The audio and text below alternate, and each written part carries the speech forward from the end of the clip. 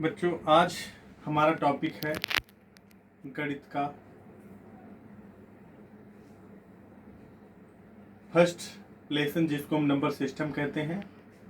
उसको जानने से पहले हम ये जानेंगे गणित क्या है, और ये भी समझेंगे गणित। हम प्रायः सुनते रहते हैं कि बहुत सारे बच्चों को ये बोलते हैं कि हमें गणित समझ में नहीं आती, बाकी सब्जेक्ट हमें बहुत अच्छे लगते हैं। तो हम ये कहना चाहते हैं गणित बहुत ही सरल सब्जेक्ट है। आपको इसलिए नहीं समझ में आया क्योंकि आपको कोई समझाने वाला नहीं मिला, और आप भी थोड़ा समझने का अच्छे से प्रयास नहीं किए। क्योंकि जो पढ़ाई है, जो गणित है, वो दिल से आती है या फिर डर से आती है। तो शायद इन दो चीज़ों में से आपको कुछ ना मिला हो। तो आज आप हमारे साथ जुड़े रहिए और अच्छे से समझिए गणित क्या है।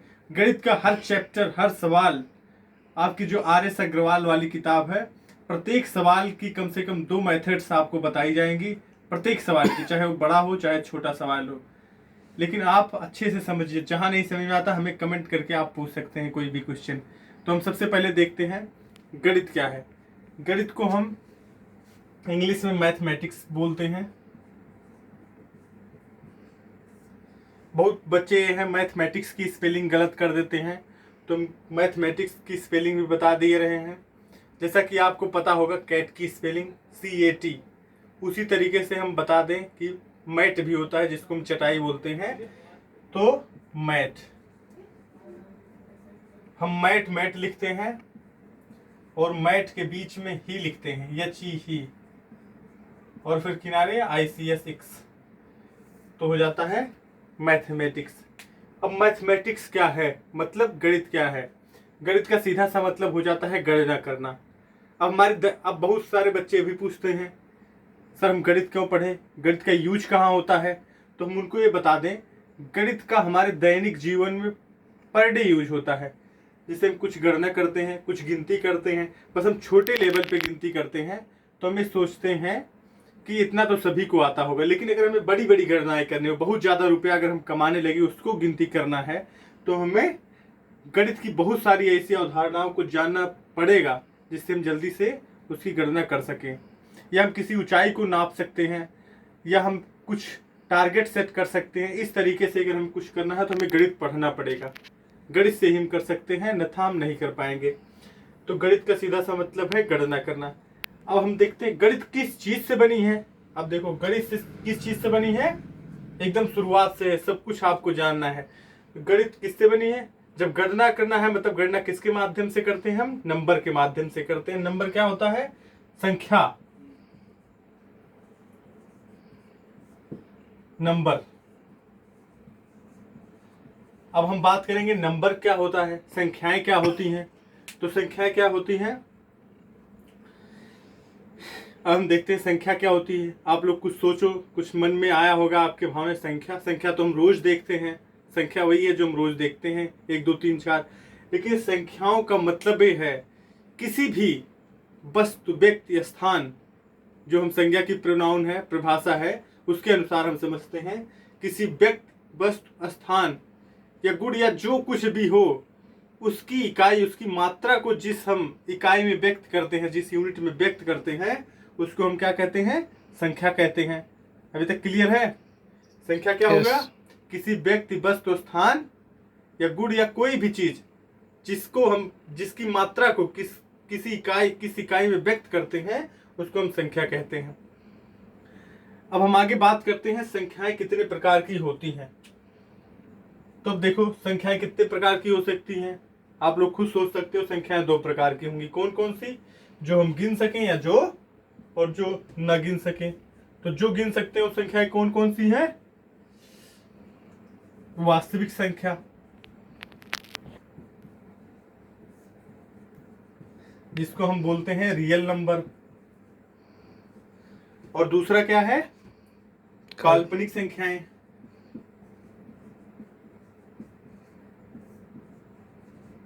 इमेजिनरी नंबर, इसको इंग्लिश में बोलते हैं इमेजिनरी नंबर। अब सीधा सा है, वास्तविक संख्या क्या होगी, जो हम गिन सकें।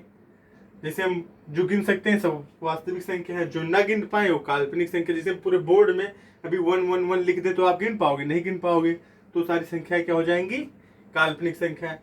इतना तक समझ में आ गया। अब तो हम ये तो कंफर्म हो गया कि हमें काल्पनिक संख्याएं पढ़ना नहीं है, तो हम फिर आगे देखेंगे, क्योंकि काल्पनिक संख्याएं अनंत होती हैं या जो हम गिन ना सकें, तो हम देखेंगे वास्तविक संख्याएं कितने प्रकार की होती हैं। तो वास्तविक संख्याएं कितने प्रकार की होती हैं? 2 प्रकार की। कौन कौन सी? अब या तो होगी वो परमीय संख्या,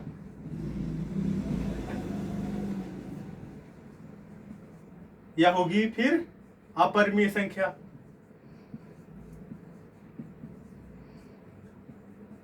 अब परमीय संख्याएं कौन सी होती हैं? परमीय संख्या वह संख्याएं जो p/q मतलब अंश और हर न्यूमिनेटर और डिनोमिनेटर के रूप में हो। p/q मतलब अंश और हर के रूप में हो, तो वह संख्या क्या और देखो, हर जो हो क्या ना हो, जीरो ना हो। यदि जीरो हो जाएगा, तो अगर जीरो हो जाएगा तो जब हम किसी संख्या में जीरो से भाग देते हैं तो उत्तर क्या आता है? अनंत आता है। तो वह संख्या क्या हो जाएगी? अपरिमेय संख्या हो जाएगी। अब अच्छा चलो बता दो आप लोग, एक क्या है? एक पर दोनों चीजें क्लियर होगी ना। अगर p/q मतलब अंश और हर के रूप में रहे तो संख्या परमीय है, लेकिन जो हर हो जीरो के बराबर ना हो तो संख्या क्या होगी? परमीय होगी। अगर q जो है जीरो के बराबर है मतलब हर जीरो के बराबर है तो संख्या परमीय हो जाएगी। क्लियर है ना? तो अब हम पूछते हैं एक क्या है? परमीय संख्या है कि अपरिमेय संख्या है? तो आप क्या बोलोगे? अपरिमेय संख्या है। क्यों? क्योंकि इसके बट्टे हर नहीं है, इसमें हर नहीं है, इसलिए अपरिमेय आप बोलोगे। लेकिन किसी भी संख्या का हम बटा 1 लिख सकते हैं, तो मतलब सभी संख्याएं क्या हो गई? परिमेय हो गई। लेकिन अब फिर हम सोचते हैं अपरिमेय संख्या कब होगी? तो कोई संख्या ऐसी हम लिख दें, जैसे 22/7 है। अगर हम 22/7 लिखते हैं, इसका उत्तर क्या आएगा? अनंत आता है। 3.44 ऐसे आता रहता है, तो क्या हो जाएगी? फिर अपरिमेय संख्या हो जाएगी। मतलब जो अनंत रहेगा वो संख्या क्या हो जाएंगी? अपरिमेय संख्या। अब एक बहुत महत्वपूर्ण क्वेश्चन है, पाई क्या है? बहुत बार आया है। सबसे पहले कंपटीशन का क्वेश्चन यही से आना चालू होता है गणित में। पाई एक है, एक क्वेश्चन रहता है इसे, पाई क्या है?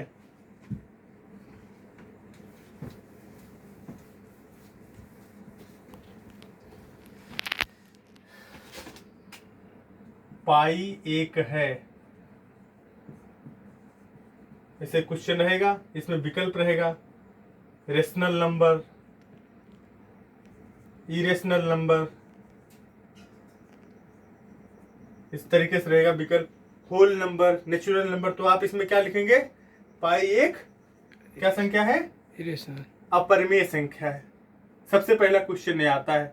ठीक है, अब हम आगे चलते हैं। अब संख्या हो गई, परिमेय अपरिमेय हो गया, किसी को डाउट नहीं है? ठीक है, आगे हम चलते हैं। अब देखो, अपरिमेय संख्या तो पढ़ना नहीं है, क्लियर ही है। अब परिमेय संख्याएं कितने प्रकार की होती हैं? रेशनल नंबर कितने प्रकार का होता है?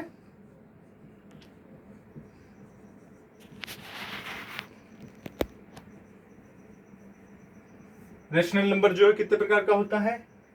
एक प्रकार के। जितनी रेशनल नंबर है सब हम क्या कह सकते हैं? सबको इंटीजर्स नंबर।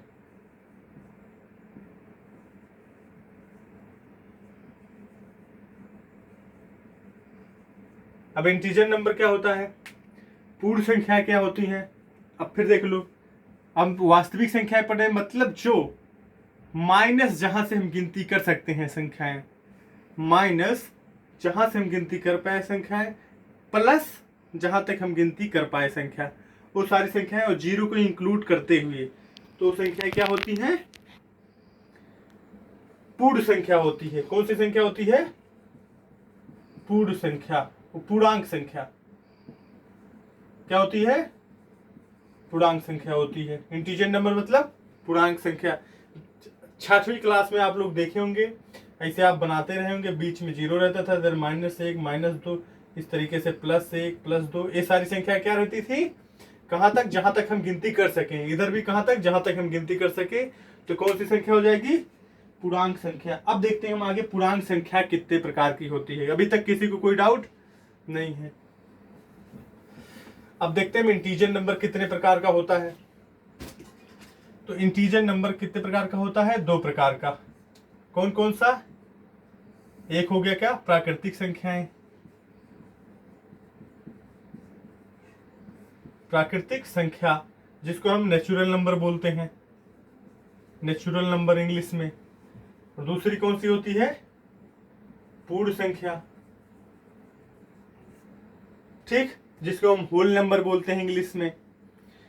तो प्राकृतिक संख्याएं क्या होती हैं, एक से लेकर जहां तक हम संख्याओं को गिन सके वो सारी संख्याएं क्या होती हैं, प्राकृतिक संख्या होती हैं। कहां से लेकर, एक से लेकर जहां तक हम गिनती कर पाए, जहां तक, अनंत तक नहीं, जहां तक हम गिनती कर पाए, जहां तक गिनती कर पाए। इसी के नाम पर प्राकृतिक संख्या को हम एक और संख्या बोलते हैं, काउंटिंग नंबर। प्राकृतिक संख्या का दूसरा नाम इंग्लिश में, नेचुरल नंबर का दूसरा नाम काउंटिंग नंबर, ठीक। इसकी खोज, अच्छा चलो आगे बताते हैं।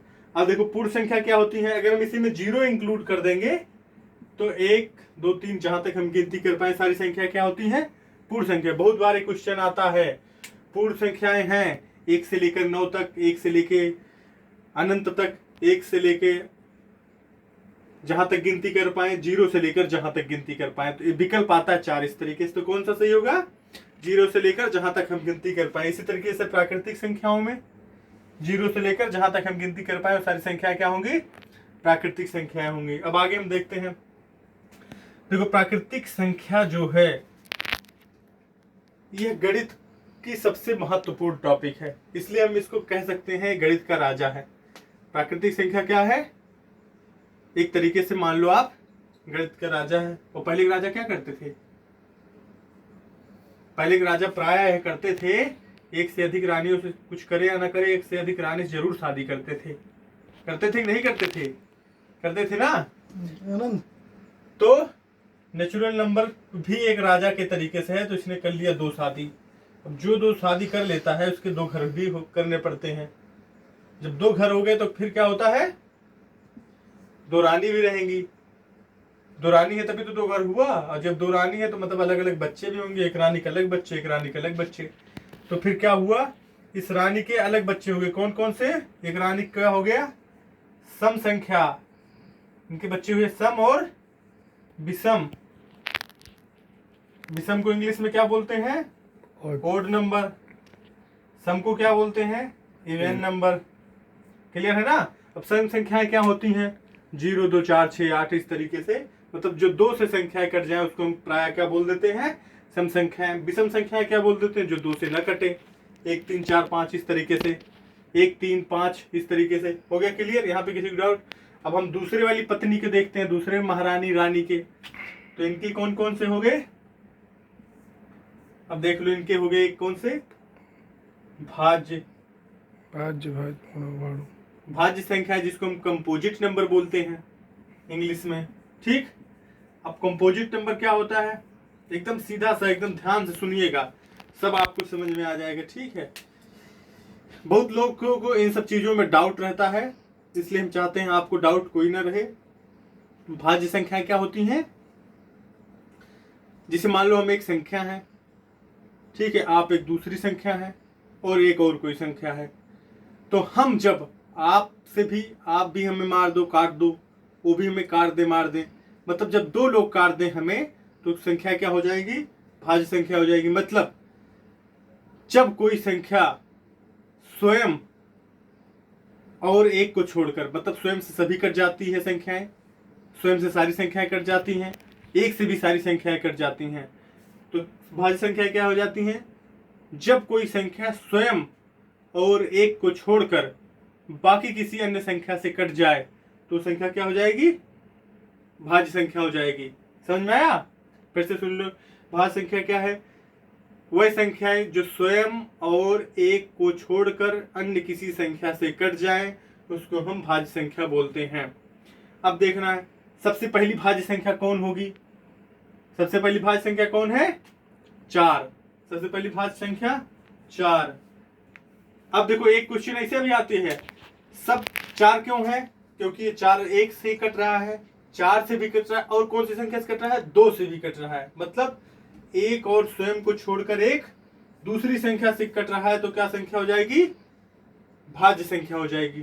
ठीक है, अब हम देखते हैं, बहुत बार ये भी क्वेश्चन आ जाता है, सर्वप्रथम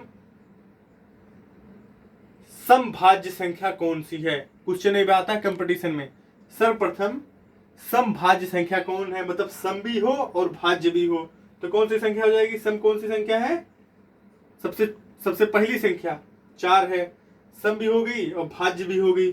अब इसी तरीके से पूछा जाता है, सर्वप्रथम विषम भी रहे और भाज्य भी रहे, तो कौन सी संख्या है जो विषम भी हो भाज्य भी हो, तो कौन सी संख्या हो जाएगी, कौन सी संख्या हो जाएगी, 9। 9 क्या है, सर्वप्रथम सबसे पहले तो 9 विषम है और भाज्य है, इससे पहले कोई भाज्य संख्या है, सम विषम भी हो और भाज्य भी हो, नहीं है ना, मतलब ये 3 से कट भी रहा है और स्वयं से कट रहा है और 1 से भी कट रहा है और विषम भी है, तो सबसे सर्वप्रथम विषम भाज्य संख्या कौन सी है, 9 है। इस तरीके का बहुत बार क्वेश्चन कंपटीशन में आया है। ठीक, अब आगे हम देखते हैं, अब तो क्लियर हो गया भाज्य संख्या, सम संख्या, विषम संख्या, भाज्य संख्या क्लियर। अब आगे हम देखते हैं क्या है अभाज्य संख्याएं क्या होती है। अभाज्य, अभाज्य प्राइम नंबर, इसकी खोज कौन किए थे, यूक्लिड, एक गणितज्ञ थे, यूक्लिड किए थे। ठीक, अब देखो जीरो की खोज कहाँ हुई थी, जीरो की खोज कौन किया था, भारत ने किया था। ठीक है, ये भी बहुत बार क्वेश्चन आया, जीरो खोज कहाँ पे हुई थी, भारत में हुई थी। अब देखो अभाज्य संख्या क्या है, सेम ऐसे है, जो स्वयं और एक को छोड़कर अन्य किसी संख्या से न कटे, उसको हम क्या बोलते हैं, अभाज्य संख्याएं बोलते हैं। 16 मिनट हुई है। जो स्वयं और एक को छोड़कर अन्य किसी संख्या से न कटे, उसको हम क्या कहते हैं, अभाज्य संख्याएं कहते हैं। क्लियर है। अब देखो यहाँ भी क्वेश्चन आता है, सर्वप्रथम सम अभाज्य संख्या कौन सी है। बहुत इंपॉर्टेंट क्वेश्चन आता है, बहुत बार कंपटीशन में एकदम छोटा सा सवाल, एकदम सरल सा सवाल, तब भी गलत हो जाता है बहुत बार। सर्वप्रथम सम भी हो और अभाज्य भी हो, तो कौन सी संख्या है जो सम भी रहे और अभाज्य भी रहे, तो कौन सी संख्या है वो, दो क्या है, दो सबसे पहली क्या है, सम संख्या है, और फिर क्या है, अभाज्य है। अभाज्य मतलब जो एक से कट जाए और स्वयं से कट जाए, बाकी अन्य किसी संख्या से न कटे, तो सम। सर्वप्रथम क्वेश्चन बहुत बार आया, सर्वप्रथम सम अभाज्य संख्या कौन है, तो 2 है। अब दूसरा क्वेश्चन क्या आता है, सर्वप्रथम विषम अभाज्य संख्या, सर्वप्रथम विषम भी हो और अभाज्य भी हो, ऐसी कौन सी संख्या है, विषम कौन सी होगी, 5, अभाज्य कौन सी हो जाएगी, विषम भी हो और अभाज्य हो तो 3 भी है। ठीक है, और तीसरी चीज, अब एक को हम क्यों नहीं लिए इसमें, एक भी तो था, एक से कट रहा है, लेकिन हम एक क्या होता है, एक और चीज होता है क्या, इकाई, या जिसको हम यूनिट बोलते हैं। मतलब हम भाज्य और अभाज्य में हम एक को नहीं लेते, एक का अलग से ही क्राइटेरिया है, उसको हम क्या बोलते हैं, इकाई या यूनिट। अब आगे एक चीज और बचता है क्या, सहअभाज्य संख्याएं, बहुत इंपॉर्टेंट है, बहुत कम लोग समझ पाते हैं इसको। सहअभाज्य संख्या को अपोजिट नंबर, को प्राइम नंबर। ठीक है, अब देखते हैं सहअभाज्य संख्याएं क्या है, वह संख्याएं जो सबसे पास पास की हों, जो पास की संख्याएं जिनका HCF, ए वाला जो सहअभाज्य संख्या है, इसका पूर्णतः काम लघुत्तम और समापवर्तक वाले आपके चैप्टर में है। तो सहअभाज्य संख्या क्या है, वह संख्या है जो पास की हो और जिनका HCF क्या है, 1 हो। आपको HCF LCM सब कुछ बहुत अच्छे से बताया जाएगा। आज आपका इतना पोर्शन हो गया संख्या और संख्याओं से जुड़े सभी क्वेश्चन का। आगे हम देखेंगे संख्याएं कितनी जल्दी किस किस संख्या से कटती हैं, उसको देखेंगे, और बहुत नंबर सिस्टम के लगभग सभी सवाल को कम से कम 2 3 मेथड से हम देखेंगे, और हमें भी देखेंगे किस तरीके से ट्रिक आती है, ट्रिक किस तरीके से हम निकाल सकते हैं। आज का इतना ही, बाकी मिलेंगे अगले उसमें वीडियो में।